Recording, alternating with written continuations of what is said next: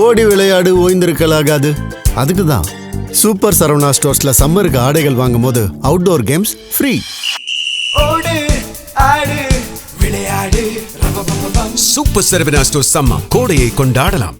ரெண்டு பேரும் பார்த்தாச்சு ஆல்ரெடி, டிஎம்கே அண்ட் ஏடிஎம்கே பார்த்தாச்சு. ஸோ ஒரு சேஞ்சஸ் இருக்கலாமேன்னு கொஞ்சம் சேஞ்ச் பண்ணலாம் கண்டி. பட் ஓவராலா வருன்றது சொல்ல முடியாது. விஜய்க்கு நம்மளுக்கு எந்த ஒரு சம்பந்தமும் கிடையாது. ஏன்னா நம்ம ஓட்டு வந்து அப்படியே இருக்கு, சாலிடா எல்லா ஓட்டும் வருது. விஜய் ஓட்டு வந்து டிஎம்கே தான் அவர் எடுக்கிறாரு ஒளி, நம்ம ஓட்டு யாரும் எடுக்க போறது இல்லை. மேல் இடத்துலயும் கீழேயும் வந்து டபுள் இன்ஜின் சர்க்கார் இருந்தாதான் வந்து இந்த நாட்டை டெவலப் பண்ண முடியும்.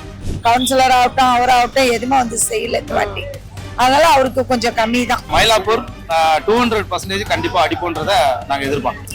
ரொம்ப பெரிய டப்புன்னு சொல்றாங்க, ஆனா என்ன பொறுத்த வரைக்கும் மயிலாப்பூர் அவ்வளவு டப்பு இருக்காது. நிச்சயமா தமிழிசை சவுந்தரராஜன் அக்கா ஜெயிப்பாங்க.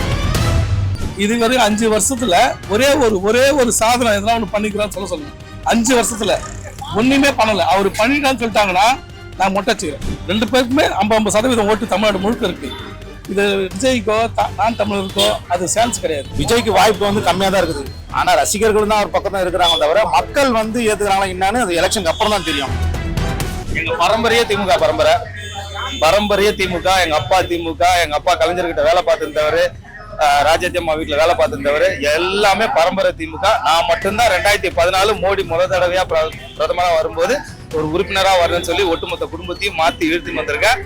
தமிழ்நாடு நல்லா இருக்கணும், இந்தியா வல்லரசா ஆகணும்னா நிச்சயமா பாரத பிரதமருடைய ஆட்சி தொடர்ந்துட்டே இருக்கணும். அதுக்கு மயிலாப்பூர் ஒரு எடுத்துக்காட்டா கண்டிப்பா வந்து நிற்கும். உங்களுடைய ஓட்டு யாருக்குன்னு தெரிஞ்சுக்கலாமா? என்னுடைய ஓட்டு நிச்சயமா என்டிஏக்கு தான். என்டிஏக்கு தான். தாமரை ஓட்டு அதெல்லாம் வந்து கான்பிடன்ஸ். என்னோட ஓட்டு தாமரை தான், எங்க குடும்பமே தாமரை தான். தாமரைக்கு தான். என்னுடைய ஓட்டு பாஜக, நம்ம பாஜக தான் போடுவேன்.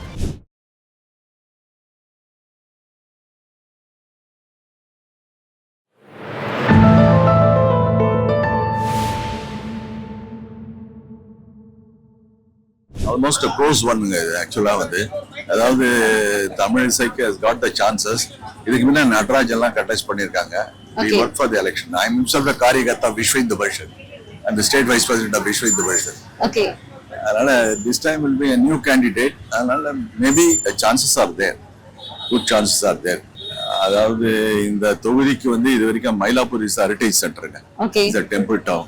இதுல வந்து ஒன்னும் பெரிய ஒரு இது ஒண்ணு அவர் ஒன்னும் பண்ணலைங்க. ஏன்னா இது lot of problems are there, encroachments problem இருக்கு, வேரியஸ் இஷ்யூஸ் ஆர் தேர். இங்க வந்து வாக்கிங் ஸ்பேஸ் இருக்காது இங்க, அந்த மாதிரி இடம் இது வந்து. இந்த இடத்துல முதல்ல Nataraj has promised twice. Once you won 2021 ஜெயிச்சா, 2026 lost the election. After that ஒன்னும் பெரிய இம்ப்ரூவ்மெண்ட் இருக்கா மாதிரி எங்களுக்கு தெரியல.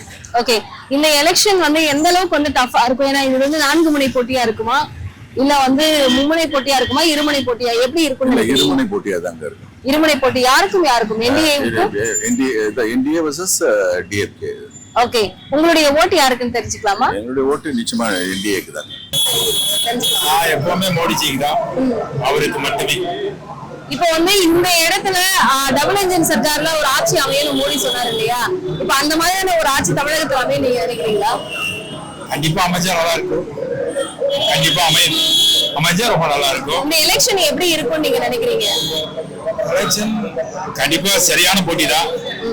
தீர்ப்பு என்னங்கிறது மே மாசம் கண்டிப்பா தெரியும். இப்ப விஜய் புதுசா வந்திருக்காரு இல்லையா? இப்ப இந்த எலெக்ஷன்ல வந்து எனக்கும் திமுகவுக்கும் தான் போட்டி அப்படிங்கிறாரு. ஆனா இது யாருக்கும் அப்படிங்கிற போட்டின்னு நம்ம எடுத்துக்கலாம். போட்டி யாருக்குங்கிறத விட யாரு நல்லவங்க அவங்க வந்தா சரி. வந்து நாட்டுக்கு யார் நல்லது பண்றாங்களோ அவங்க வரணும், நல்லபடியா ஆட்சி செய்யணும், அவ்வளவுதான். மயிலாப்பூர் தொகுதி மெஜாரிட்டியா பார்க்கும்போதுன்னா கொஞ்சம் ஃபேவர் ஆஃப் டிஎம்கே தான் கொஞ்சம் இருக்குது. பட் இப்போ வந்து இந்த வாட்டி கொஞ்சம் 4 முறை போட்டின்றதுனால கொஞ்சம் டஃபா இருக்குன்னு எதிர்பார்க்கலாம். ஏன்னா ஓட்டு கொஞ்சம் ஸ்பிளிட் ஆகலாம். எப்படியோ வந்து யங்கர் ஜெனரேஷன்லாம் வந்து விஜய்க்கு கொஞ்சம் இதுவாகும். ஏன்னா ஒரு புது கேண்டிடேட், 2 பேரும் பார்த்தாச்சு ஆல்ரெடி, டிஎம்கே அண்ட் ஏடிஎம்கே பார்த்தாச்சு. ஸோ ஒரு சேஞ்சஸ் இருக்கலாமேன்னு கொஞ்சம் சேஞ்ச் பண்ணலாம் கண்டி. பட் ஓவராலா வருன்றது சொல்ல முடியாது. அதனால கொஞ்சம் ஓரளவுக்கு பரவாயில்ல. தமிழிசை இந்த மயிலாப்பூர்ல நிக்கிறாங்க, அவங்களுக்கான செல்வாக்கு இங்க எப்படி இருக்குன்னு தெரிஞ்சுக்கலாம். செல்வாக்கு ஆஸ் இட் இஸ் எப்பவும் போலதான் இருக்குது செல்வாக்கு. ஏன்னா ஏற்கனவே அவங்க இங்க இருந்ததுதான், ஒரு தடவை இருந்துதான் இதுவா இருந்தது. அது அவங்களை பத்தி எல்லாருக்குமே தெரியும் எப்படின்றதும். உங்களுடைய ஓட்டு அதெல்லாம் வந்து கான்பிடன்ஸ். இந்த தொகுதியை பொறுத்தளவு வந்து பாத்தீங்கன்னாக்க நீங்க நாம் தமிழர் டிவிக்கு அதெல்லாம் சொல்றீங்க. பட் அவங்க எல்லாம் இருக்கிறதே தெரியல இங்க. ஓகே. இங்க மெஜாரிட்டியா வந்து பாத்தீங்கன்னாக்க டிஎம்கே வெர்சஸ் வந்து என்டிஏ கூட்டணி தான். இதுல வந்து பாத்தீங்கன்னாக்க டிஎம்கே மேல பயங்கர அதிருப்தியில இருக்காங்க. ஏன்னா கடந்த 5 வருஷம்லாம் வந்து எதுவுமே பண்ணல. அதுவும் மைனாரிட்டி மக்களுக்கு எந்த விதமான நலத்திட்டங்களும் போய் சேரவே இல்லை. எல்லாம் இண்டிவிஜுவலா அந்த ஃபேமிலிக்கு தான் போயிருக்கிறதா பரவலா பேச்சு. ஸோ இவன் வந்து இந்த தொகுதியோட எம்எல்ஏ, அவரோட பிரதர், இவங்க தான் வந்துட்டு ஃபுல் அண்ட் ஃபுல் வந்து எல்லாத்தையுமே ரூல் பண்றாங்க, அவங்க தான் அசட்டு சேர்த்திருக்காங்க அப்படிங்கறதா மக்களோட கருத்தா இருக்கு. இது என்னோட கருத்து இல்ல, இண்டிபெண்டாவும் கிடையாது. மக்கள் என்ன களத்துல இறங்கி வேலை பார்க்கறோம். களத்துல இறங்கி வேலை பார்க்கும்போது மக்களை கேட்கும்போது தெளிவா சொல்றது மக்கள் எல்லாமே என்னன்னு பாத்தீங்கன்னாக்க, ஸோ அவங்க வந்துட்டு வந்து சுயநலத்துக்காக தான் வேலை பார்க்கறாங்க. ஸோ அவங்களோட டிஎம்கேக்காக தான் வேலை பார்க்கறவங்க, பொதுமக்களுக்காக இல்லை. எந்த விதமான நலத்திட்டம் வரல, மைனாரிட்டிக்கு சேர வேண்டிய எந்த விதமான ஸ்கீமும் போய் சேரலைங்கிறது தான். நீங்க அடுத்து கேட்கும்போது வெற்றி வாய்ப்புங்கும் போது இப்ப இருக்கிற சூழ்நிலையில தமிழிசை அக்கா வந்து இங்க ரொம்ப பிரபலமானவங்க, இறங்கி நல்லா வேலை பார்க்கறாங்க. சோ அதனால வாய்ப்பு வந்துட்டு அவங்களுக்கு தான் உறுதி செய்யப்பட்டதா தான் இருக்கிறது. சிட்டிங் எம்எல்ஏவா இருந்திருக்காரு, திட்டங்கள் கொடுத்ததா இங்க ஒன்றும் பெருசா கிடையாது. ஸோ என்னன்னா வந்துட்டு இவன் வந்து டெவலப் பண்ணியிருக்காங்க. இங்க வந்துட்டு வந்து பாத்தீங்கன்னாக்கா மந்தவெளியில வந்துட்டு ஒரு ஹவுசிங் போர்ட் டெவலப் பண்ணியிருக்காங்க. பீச் சைட்ல வந்துட்டு அது வந்து ஏடிஎம்கே கவர்மெண்ட்ல வந்து ஸ்டார்ட் பண்ண ப்ராஜெக்டை கம்ப்ளீட் பண்ணாங்க. பட் அதுல நிறைய வந்து பாத்தீங்கன்னா மக்களோட வந்து அதிருப்தி என்னன்னாக்கா வந்து அங்க இருக்கிற வாரிசுதாரர்களுக்கு யாருமே போகல. சோ அந்த மீனவ மக்களுக்கு போகல, வெளியில இருந்து யாராருக்கும் போயிருக்கு அப்படிங்கறது அவங்களோட குற்றச்சாட்டம். அதுதான் வந்துட்டு இங்க நடந்திருக்கிறதா. மற்றபடியான பெரிய டெவலப்மெண்ட் மயிலாப்பூர்ல எதுவுமே கிடையாது. இப்போ உங்களுடைய ஓட்டு யாருக்குன்னு தெரிஞ்சுக்கலாமா? ஓட்டு அது என்டிஏக்கு தான். உங்களுடைய ஓட்டு யாருக்குன்னு தெரிஞ்சுக்கலாமா? தாமரைக்கு தான். சரி, இந்த மயிலாப்பூர் தொகுதியில வேலு அவர்களுக்கு வந்து என்ன மாதிரியான நலத்திட்டங்கள், என்ன மாதிரியான செல்வாக்கு இருக்கு நம்ம தெரிஞ்சுக்கலாமா? நலத்திட்டங்கள் எதுவுமே பண்ணல அவர். ஏற்கனவே இந்த ஹவுசிங் போர்டு எல்லாமே அங்கங்க ப்ராஜெக்ட் போட்டது வந்து ஏடிஎம்கே தான் போட்டாங்க. அதாவது இடையில வந்து முடிக்கிற டைம்ல இவங்க வந்து முடிச்சு அதை வந்து அதுல இருந்தவங்களுக்கு ஒரு சிலருக்கு தான் கிடைச்சிது. இல்லை மித்தது எல்லாமே இவங்களும் அவங்க தம்பியும் சேர்ந்து வித்து அவங்க கட்சிக்காரங்களா பண்ணிட்டாங்க. கட்சிக்காரங்களா வித்து அவங்க எடுத்துக்கிட்டாங்க. யாருக்கும் கிடைக்க வேண்டியவங்களுக்கு கிடைக்கல. அதே மாதிரி வீடு எங்க வீடு இடிக்கிறாங்களோ இவங்க போய் நின்றுறாங்க. வீடு எங்க இடிச்சாலும் இவங்க போய் அங்க போய் கமிஷன் வாங்கிடுறாங்க. வீடு இடிக்கும் போது அவர் அதே மாதிரி போலீஸ்காரங்களும் அதேதான் பண்றாங்க. மயிலாப்பூர் தொகுதி வந்து இன்னும் ரொம்ப டஃபா இருக்குன்னு சொல்றாங்க. தமிழிசை சவுந்தரராஜன் அதெல்லாம் தப்பு. மயிலாப்பூர்ல வந்து டாக்டர் தமிழிசை சவுந்தரராஜன் அவர்கள் வந்து லீட்ல வராங்க. 50,000 ஓட்டு வித்தியாசத்துல ஜெயிக்கிறாங்க.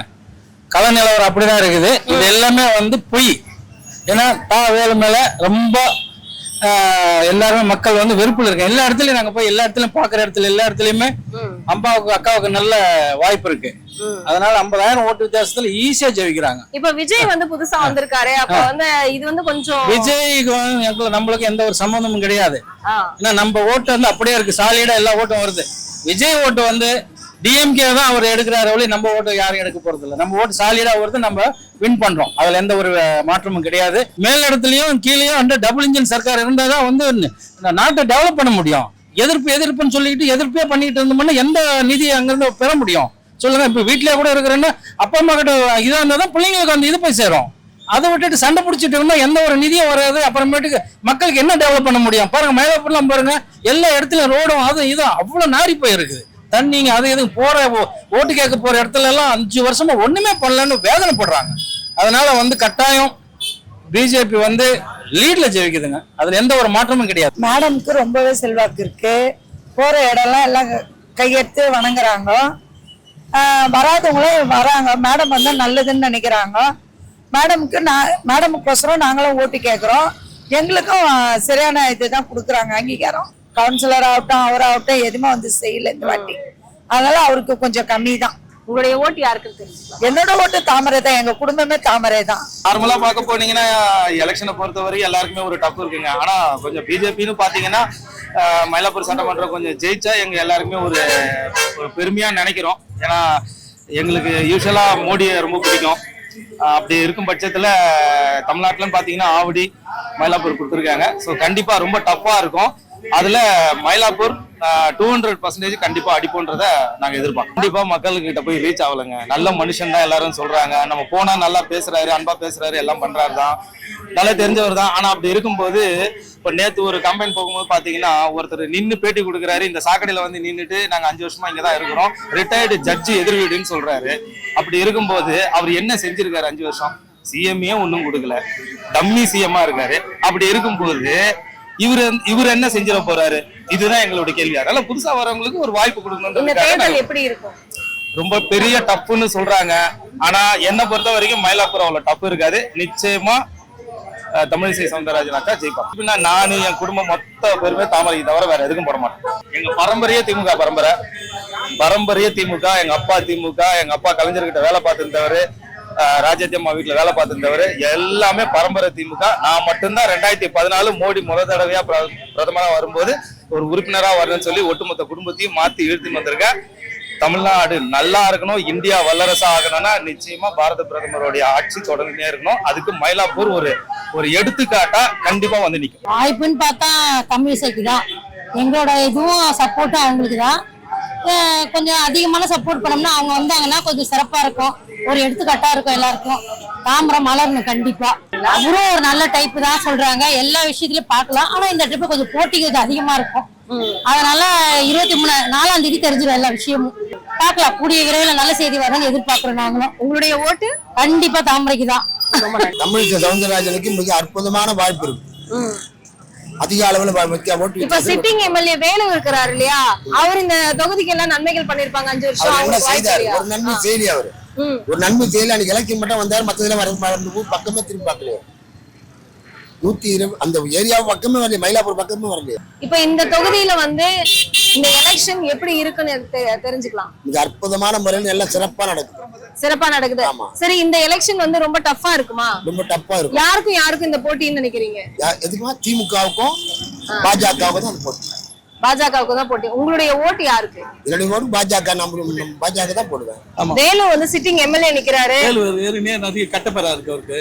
பொதுவாவே இந்த ஆரியபுரம் சொல்லிட்டு ஒரு 200 குடும்பத்தை அந்த ஓரமா இடிச்சுட்டாங்க. திமுக ஆட்சி வந்தோன்னு இடிச்சுல நடுத்தரில் விட்டாங்க. இன்னும் யாரும் எதுவும், அவங்க 60 வருஷமா வாழ்ந்தவங்க கோன்சம் நகர், அங்க ஒரு 250 குடும்பத்தை நடுத்தரில் வச்சுட்டாங்க. ஆட்சி வந்து தான் பண்ணாங்க சாதனை, வேற எந்த சாதனையும் பண்ணல. அவரு வேலு வந்து இங்க எதுவும் நல்லது பண்ணல இந்த தொகுதிக்கு. சரி, இந்த மயிலாப்பூர் தொகுதிக்கு என்ன மாதிரியான கோரிக்கைகள் வந்து மக்கள் வைக்கிறீங்க?